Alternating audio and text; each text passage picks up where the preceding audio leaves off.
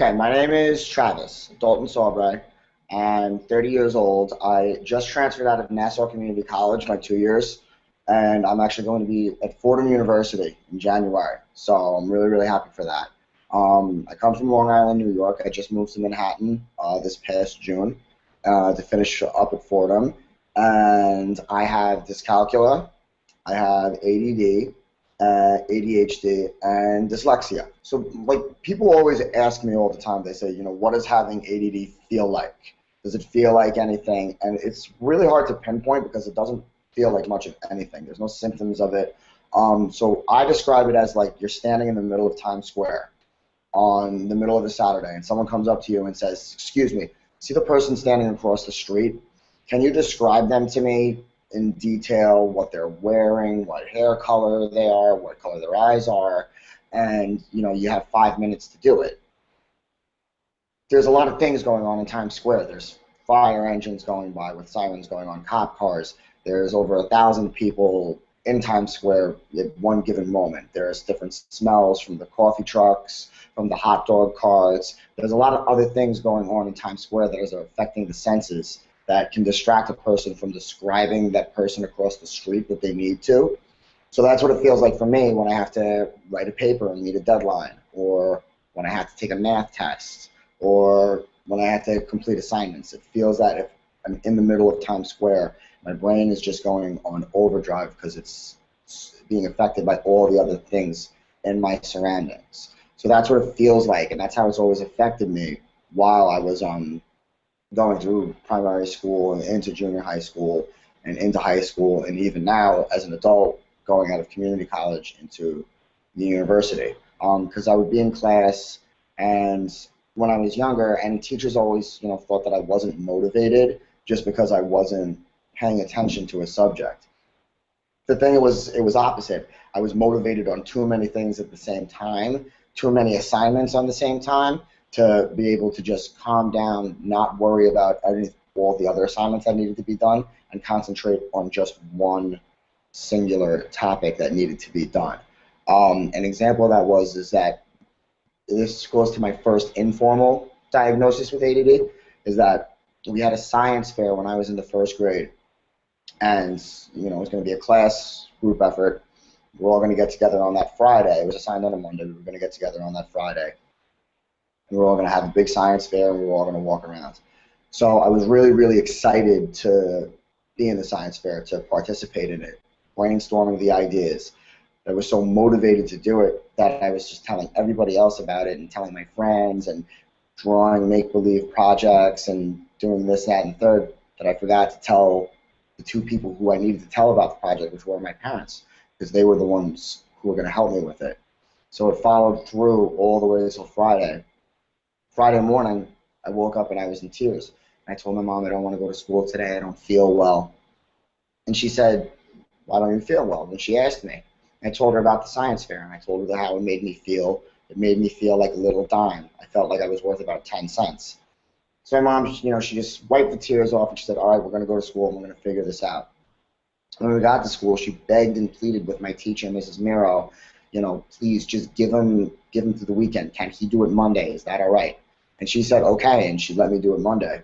So my mom and I, we went to the library, and we looked up the articles on the microfiche, so way before the internet, and we found this thing called the rainbow tube, which is like you take a plastic bottle and you take household oils and vinegars and you line them up accordingly. And when you do that, you add food dyes, and it creates a rainbow. And it was just an awesome project. I didn't see anything like it in that Friday before, so I had a project that really, really stood out that I was really, really proud of. And that Monday came, I was excited to get the project and show everyone this original idea that I had. I was embarrassed because I didn't do it Friday. I was doing it Monday. And I went up there and I got an A on the project, and it was awesome. All my peers were applauding me, and I was just reveling in the spotlight. They say that when you get an A, you want to keep like chasing after them and going after them, which you should always do. But for me, the type of learner I was, is that was my A. I earned it. I was fine with it. I didn't need another one. I didn't need to prove it to myself or anyone else. That was my A, and it began like this vicious cycle of just, September would come the next year and it would be a clean slate. And then May would come and it would be this frantic dash to kind of like clean up everything and get all the assignments in on one time. So for motivation, it's not that I wasn't motivated. It's just that I really was motivated on too many things at the same time. And I never really had like a teacher calm me down and say, okay, let's just concentrate on one item. Let's just concentrate on this first before we go on to the next. So the motivation was there. It's just that I was this way. I was using it for too many things at the same time rather than just one. I wasn't diagnosed until I failed the ninth grade. That was kind of like the turning point. So I failed the ninth grade, and when I failed the ninth grade, I had to do the entire ninth grade in summer school. But it was at summer school was where we figured it out because I was in a smaller classroom and I had more time and I started getting better grades, and I think that's when the light bulb clicked for a lot of people, including myself. So I went to a small high school going into the 10th grade, and at this point I was formally diagnosed. I had an IEP. I was allowed my accommodations, so we finally, like the mystery was solved at this point. We knew what was going on. And at the new school that I was going to in the 10th grade, we had a resource room, and it was my resource room teacher, Mrs. O'Connor. She was the first real advocate for me, like the real advocate for me in school. She was the toughest Irish woman that you would ever meet in your life. She saw a million students like me beforehand and a million students like me afterwards too. So she knew all the tricks. She knew all the ins and outs. If I needed to use the bathroom, she walked with me down to the bathroom. She sat out in the hall to make sure I didn't climb out the window and run off into the woods. If I had conveniently forgot my textbook, she had editions 1 through 10 on the shelf, and all I had to do was pick one. If Mrs. O'Connor, I'm thirsty, I need water, she opened the fridge and she had little bottles of water for her students. There was no getting out of her classroom, and there was no not doing the work. There was no, it was playtime was over. She wanted, and she pushed me to a point that I'd never been pushed before. The point that in the 10th and the 11th grades, I was getting A's. I was in the honor society, and she pushed me to no end. That when I graduated high school and when I walked across, it was equally not only just my success but her success as well, and that's how it translated. So Ms. O'Connor, she paved the way and she set the bar for the other professors and allies and administrative people that I've had who've helped me down the road, is that she set the model for. We knew that math, for example, was a weak point for me. That's where my LD lied, was just calcula, and really the reading and writing wasn't that big of a problem. So Mrs. O really focused on math for me, and she worked with me one-on-one, day in and day out, and she always made sure that I was comfortable with a topic before going on to the next one, because in the math classes it was all connected. So while the rest of the class would be on Chapter 5, I would still be struggling with Chapter 2. So she wanted to make sure that during the extra help and during the extra hours that I was comfortable with Chapter 2 and comfortable with material that I wasn't strong in before going on to the next. So that was one way that we did it.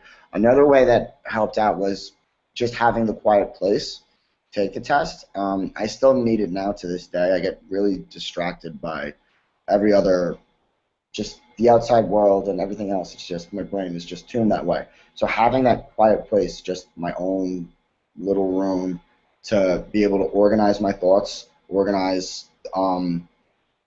what I need to do, the assignments that I need to complete, even for work as well, and just having that quiet moment to do that helps me just do it better and more efficiently, and having the extra time to do that as well.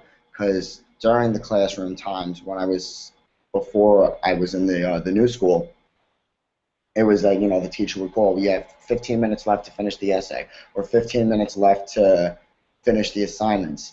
And I would panic because I just wanted to finish. It wasn't about retaining the knowledge or thinking about what the question was asking you. It was more about, oh my God, I have 15 more minutes left. I just need to finish this assignment and just hand it in. It doesn't matter what I wrote down on the paper, or it doesn't matter what the work was. As long as I finished it, I would hand it in, and that would be fine. That changed with Mrs. O. She created an environment where I was able to have the extra time and just have that extra 15 minutes to make sure that I was doing it right and getting it done on time. So it was definitely a trial and error because we didn't really know up until the ninth grade. It's unfortunate. I mean, just for me that I had to fail the ninth grade in order to figure that out. That I was in a smaller classroom. That I thrived better actually in a smaller classroom in a quiet place and having extra time for my accommodations. That trial and error. It took me. I had to slip in order to figure that out.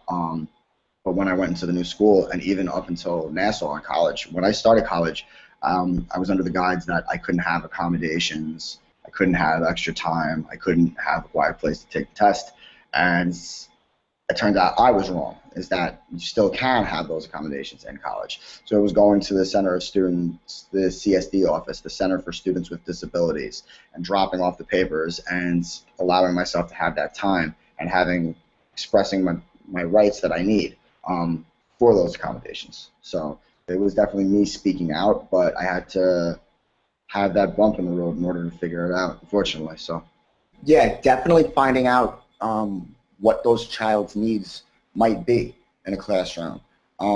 Unfortunately, even on the college level, there are teachers who don't really teach to individuals. They just kind of teach to the curriculum, to the classroom. And the classroom they teach it as a whole. But no one looks the same. No one has the same, not everyone in the classroom is going to look the same. Everyone's, a different race, different religion. Everyone is different. And everyone learns differently as well. So if one student's struggling in the classroom where the whole class may be able to learn this one way that the teacher is teaching, it would be beneficial for the teacher to find out what that student might need in order to be a better student and to be more motivated really for the assignments in the curriculum. If the teacher feels that that student needs extra time, just 15 extra minutes just to finish assignments, then by all means fight for that kid to have that extra time. Or if it's a quiet place to take the test or a quiet place to take the assignment, fight for that kid to have that. Go up and ask them and say, look, this one child is studying, is struggling in my classroom. I think he may benefit in a different environment. Seek out that environment and go for it. Definitely. Yeah, I mean, you think back to September and when you were in school, and it's a clean slate, like I said before, and you get a new shirt, and you're in the new grade, and it's really exciting. But then somewhere along the lines, and I don't know, for me, it was usually like after the PTA meeting when my parents would sit down with the teachers and they'd go over, what the teachers thought or how the teachers say that the kids are doing. At that point, there needs to be that parent-teacher, I guess, relationship. They need to bridge that gap. That's what worked with Mrs. O'Connor and I and my mom, is that they were always in communication with each other. If my mom knew something, if there was some new development or something, Miss O'Connor knew it that morning. If something happened in school, Miss O'Connor let my mom know about it. So there was that bridge right there. You need more than just a half-hour PTA meeting at the beginning of the school year in order for a teacher to properly judge what's going on with a student. You need that more time. I think it's definitely, there should be more of just bridging the gap between teachers and parents. I mean, it's two entities that really influence that can really influence a child for either good or bad. And if if parents and teachers are on the same page, the only thing it could be is beneficial for the child.